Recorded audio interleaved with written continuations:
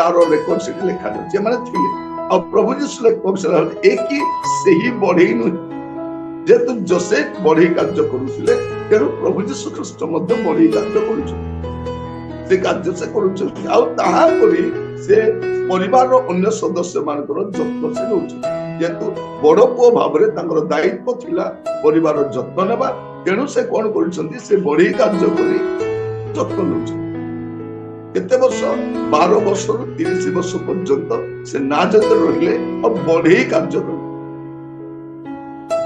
करते एक ही से ही बढ़ई नुहे 12 वर्ष बढ़ई ने 12 वर्ष बढ़ई विषय लोक 12 वर्ष के बढ़ई काम करे नहीं 12 वर्ष 30 वर्ष पर्यंत जो 18 वर्ष से नाजत रहिले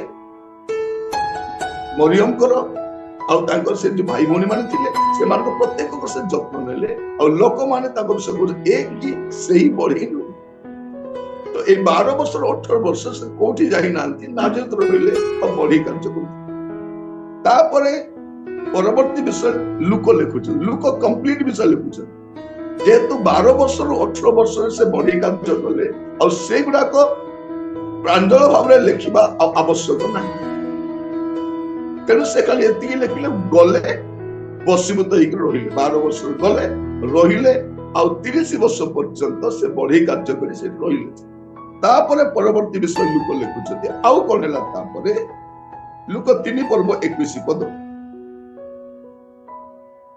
समस्त लोक बाप्तिजित हेला उतारे जीसु मध्य बाप्तिजित होई प्रार्थना करुतवा समय रे आकाश उन्मुक्त हेला एटा में देखुछु जे प्रभु यीशु ख्रीस्ट एबे बाप्तिजित हेबा पे आसुछ केते वर्ष बयस रे तांकर 30 वर्ष बयस रे से बाप्तिजित हेबा पे से बे आसुछ तांकर बाप्तिस्म भी रेकर्डेड हेछि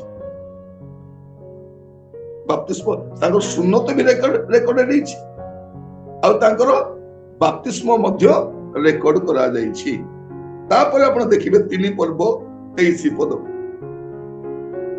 जीसु कार्य आरंभ करिबा समय रे ताहांको प्राय 30 वर्ष बयस होइतिला लोकंको धारणा अनुसार से जोसेफंको पुत्र जोसेफ एलिंको पुत्र एते हम देखुछु कोन प्रभु यीशु ख्रीस्ट 30 वर्ष बयस रे कोन कले सेवा कार्य आरंभ कले यीशुकर जन्म रेकर्ड करा जाइछि ताकर अष्टम दिन सुन्नत भी लिखा जाइछि 12 वर्ष बयस रे कथा लिखाइछि 12 वर्ष 30 वर्ष नाजरित रे बढ़ई भाव रे रहिले लोक मान जानले एक ही सही बढ़ई नै नाजरित रे अनेक बढ़ई थिले किंतु एई बढ़ई समस्त गोटे भिन्न थिले ए बढ़ई का को ठकती नै मिछ कोंती नै काम ठीक रे करंती आ उचित समय रे लोक को दियंती आ सेई पेल से नाजरित रे समस्त ताको जानि थिले एटा सही बढ़ई से बढ़ी से कोठी जाई नांती बढ़ी भाव रहिले तापरे 30 वर्ष बयस रे से कोन करछंती ता पूर्वरु से बाप्तिस्म हेले और 30 वर्ष बयस रे सेवा कार्य आरंभ कले तापरे 4 पर्व 1 पद जीसु पवित्र आत्मा रे पूर्ण होई जर्दनरु बाहुडिले एवं 40 दिन पर्यंत आत्मांको द्वारा प्रांतर रे चालित होई शैतान कर्तृत्व परीक्षित हेउतले तो एबे 40 दिन रो प्रभु यीशु ख्रीष्टଙ୍କର उपवास मध्य से रेकर्ड करूछ प्रभु यीशु ख्रीष्ट मनुष्य भाबरे जो जगत रे रहिले त सब कथा प्रांजल भाबरे लुक लिपिबद्ध करूछ ओ पुणी कहि रखे एटा आपनकर क्रिश्चियन बंधु मान को अन क्रिश्चियन बंधु मान को भी दियंतु सर यीशु को विषय जानंतु आ पुणी कहिबा पई चाहे यदि आपन मान के YouTube चैनल अछि पकांतु समस्त जीवन जानिबे एटा मोनेटाइजेशन करी नै पुनी कहिबा पई चाहे ए चैनल टा को जे कोनसी लोक मध्य एटा को निजर चैनल रे पकाई पारिबे शेयर करी एटा आपन को निर्भर करू हमें जानिबा दरकार हमें भी जानिबा दरकार से माने भी जानिबा दरकार यीशु कहानी नुहंती यीशु कल्पित कहानी नुहंती यीशु पौराणिक भी नुहंती यीशु ऐतिहासिक कंप्लीटली ट्रुथ और समस्त विषय आम जानिबा दरकार यीशुकर जगतर रोहणी काल विषय आम ता जानिबा दरकार यीशु किए जानिबा समस्त अधिकार रही ଆଉ ଏଇଠି ଆମେ ଦେଖୁ ଯୀଶୁ 30 ବର୍ଷ ବୟସରେ କାର୍ଯ୍ୟ ଆରମ୍ଭ କଲେ। ତାପରେ କାର୍ଯ୍ୟ ଆରମ୍ଭ କରିବା ପୂର୍ବରୁ 40 ଦିନ ଉପବାସ କଲେ। ତ ଆମେ ଦେଖୁଥିଲୁ ଯେ ପ୍ରତି ନିସ୍ତାର ପର୍ବରେ ଯୋସେଫ ଆଉ ମରିୟମ ଯୀଶୁଙ୍କୁ ନିସ୍ତାର ପର୍ବ ପାଇଁ ନେଇକି ଯାଉଥିଲେ। ଯେହେତୁ ସେ ଛୋଟ ଥିଲେ 12 ବର୍ଷ ପର୍ଯ୍ୟନ୍ତ ନେଇଗଲେ। ଆଉ 12 ବର୍ଷରୁ 18 ବର୍ଷ ପର୍ଯ୍ୟନ୍ତ ଯୀଶୁ ନିଜେ ଯାଇଥିଲେ। ତାପରେ ବଳକା 3ଟି 30 ବର୍ଷ ହେଇଛି ଏବେ। ଆଉ ବଳକା 3ଟି ନିସ୍ତାର ପର୍ବ ଆମେ ଯୋହନ ପୁସ୍ତକରେ ଦେଖିବା। ଆଉ 3 ବର୍ଷର କଥା ଆପଣ ଦେଖିବେ, ଯୋହନ ତାର 2 ପର୍ବ 13 ପଦ। ଯୋହନ 2 ପର୍ବ 13 ପଦ।